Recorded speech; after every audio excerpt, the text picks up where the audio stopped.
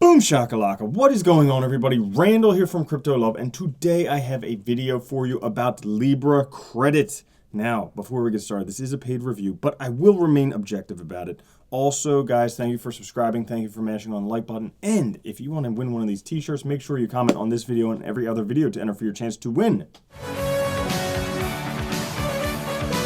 So, Libra Credit is a cryptocurrency lending solution, okay? Similar to other projects like Salt out there, Libra Credit aims to do very similar things, but adding some things that Salt maybe doesn't have. So, what is it? A decentralized lending ecosystem that facilitates open access to credit everywhere and anytime based on the Ethereum blockchain. Now, why would you want something like this? Well, if you're anything like me, you might own some crypto assets, but maybe you don't want to sell them to purchase things in real life. Like, let's say for instance, you had a whole bunch of cryptocurrencies and you reported them on your taxes, and then you owe a big tax bill, okay? Now, instead of selling cryptocurrencies at a loss, as a lot of people had to do this year in order to pay taxes from gains from cryptocurrencies, you could potentially take out a loan against your cryptocurrencies and use that loan to pay off the tax bill, and then, pay off that loan thing eventually. And at the end, still have your cryptocurrencies for when they moon in the future. That's one instance. Another instance, let's say you want to buy a house. You don't want to sell your crypto to do that. You just take out a loan against it. This is something that a lot of wealthier people do. They don't actually sell their assets in order to get money. They just take loans against those assets to help pay for things because the assets are producing income for them in the future. Generally, one thing that cryptocurrency is expected to do in the future is make us a lot of money. So you don't want to have to sell it when you don't want to. But they have a whole bunch of other solutions as to why you would potentially use it. But let's take a look at this. We'll look at the white paper. We'll talk about everything that's going on. And then you can tell me what you think down in the comments. So, extensive partnership networks. They're partnering with a lot of people, like the stablecoin providers, MakerDAO. You guys know I've been doing the MACD trading strategies with Bitcoin and Day. Day is from MakerDAO. That's their stablecoin. But also they have partnerships with third-party identity providers like Uport. They also mention other things like Civic in here, but I don't think they mention partnerships with them. And licensed financial institutions. Now, they offer flexibility in terms of pairings. So for credit, you can do crypto to fiat loans. You can do crypto to stablecoin loans. You can do crypto to crypto loans. Now, they all have different benefits that they mention here. So the crypto to fiat loans, obviously, that's what we talked about previously, where you can collateralize your cryptos to spend the fiat without sacrificing your current crypto positions. The crypto to stablecoin loans allows you to hedge price volatilities without exiting the market. So like, let's say, for instance, you thought Bitcoin was going to take a dive. You could take out a stablecoin loan and then hold your position there. And that way, if it does take a dive, you would have that loan position. Whereas if it doesn't take a dive and it goes off, you would potentially get the gains from that. So seems like it would work pretty well, at least if that's the way it works. That's the way it works in my head. Also, crypto to crypto lending, allowing borrowers to pledge alternate tokens for more liquidity. So let's say you had a whole bunch of an altcoin. Let's say, for instance, you put a buttload of money into this one project that you thought was going to be awesome. But at the current moment, it's just not doing awesome. It's not far enough in development. It needs some more time. Well, you could take a loan out against that, get your Bitcoin and Ethereum, trade your Bitcoin and Ethereum all the time to make more money. And then eventually you get the money from trading Bitcoin and Ethereum, which have higher liquidity. You can put that back into whatever, and once your thing matures, then you'll be good. So those are just some ideas in terms of how it works. That's how it works in my head. I'm not exactly sure if that's what they meant, but that's how it works in my head. So they also have this proprietary AI-based credit assessment. So they have a dual credit assessment framework. One's basically your credit score, and then they have the other one. And then, so that's that stuff. In terms of the roadmap, pretty early on in the roadmap, so they didn't come up with the idea until the end of 2017. Now, this is something where there's some other competitions in there. Probably the biggest one out there is Salt. Now, Salt is something that Marshall Hayner, the guy who created Metal, who seems pretty smart, he was talking about salt being a brilliant idea because of, a lot of debt, a lot of money. We'll talk about that in a minute coming up after I talk about the people in the team. But overall, seems like a pretty idea generation. Q2 2018, they had the token sale. So that was back in May-ish. And then, right now, they're aiming at the Libra Credit platform desktop version for crypto to crypto and fiat lending. Coming up in the future, Libra Credit mobile app, other digital assets, and digital financial physical asset to crypto fiat lending enabled with global partnership networks. That's a lot of slashes in there. It's hard to read. Okay, so leadership. In terms of the team, they do have what I would call heavy hitters. A lot of their team comes from PayPal, from Google, from PricewaterhouseCoopers. So they have a lot of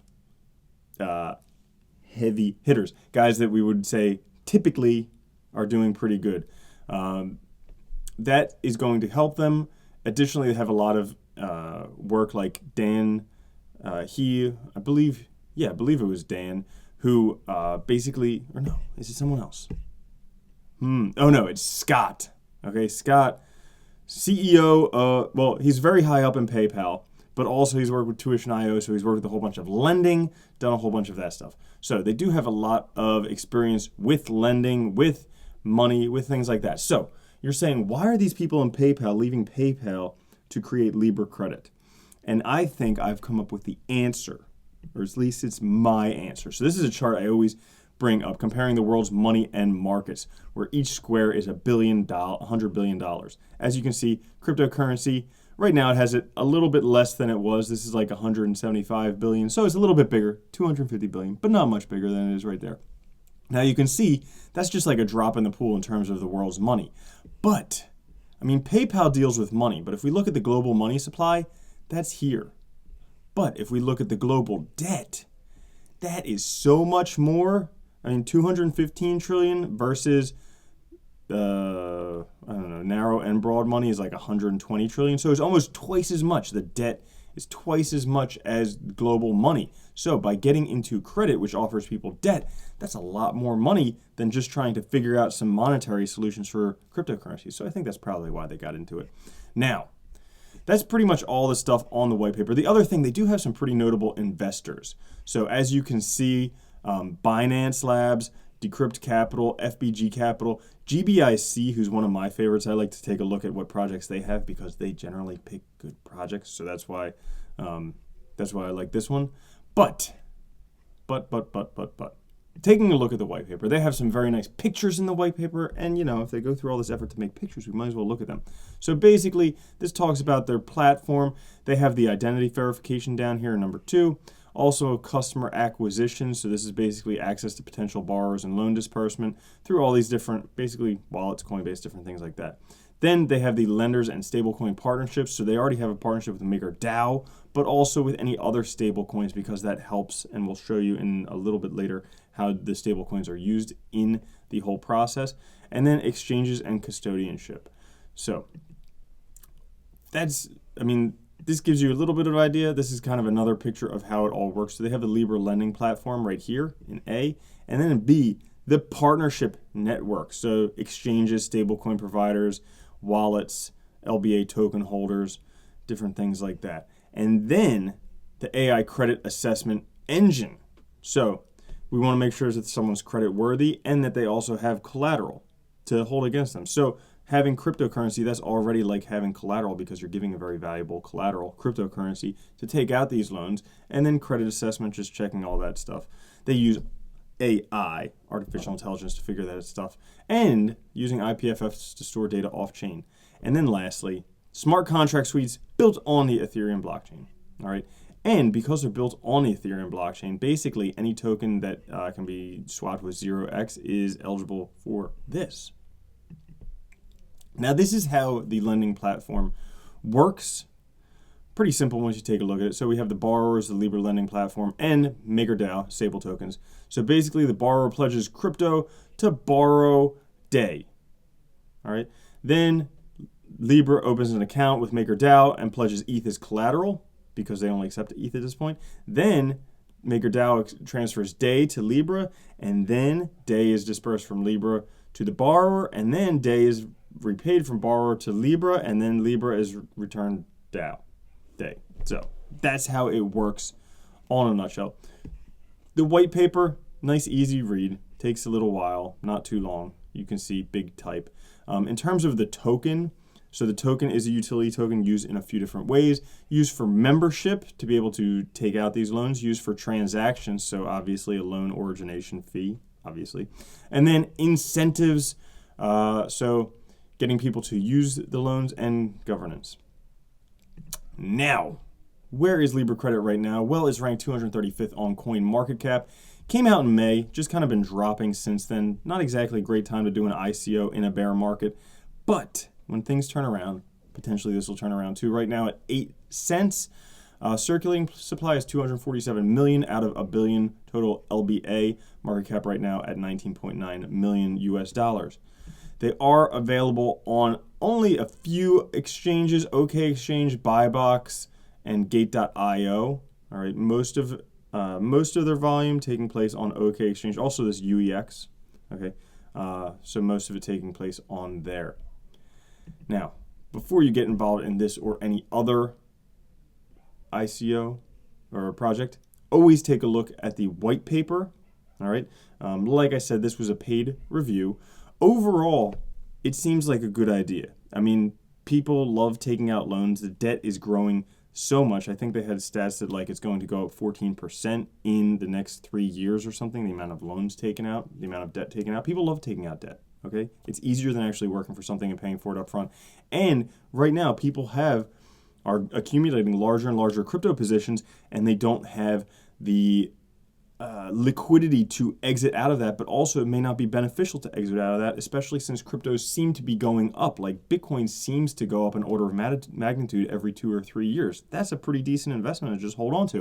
So you wouldn't want to have to sell that to do whatever. Now, so overall, seems like a good idea. Seems like they have a good team. They're working on it. They should have the platform out for taking out these loans pretty soon. Downsides, I mean, the one thing about like taking out loans against a very volatile thing like cryptocurrencies is that if the price of your cryptocurrency goes down, you're going to have to put in more crypto or potentially pay back the loan sooner. So you're not exactly guaranteed, you're not exactly guaranteed a loan terms. The terms of the loan could change in the time that you have them based upon the performance of your cryptocurrencies, or else they could liquidate your cryptocurrencies. So that's not exactly great. That's on the downside of that thing. Other than that, I think that's it. Guys, hope you enjoyed that review. I will catch you all later. Have a good one. All right? Peace.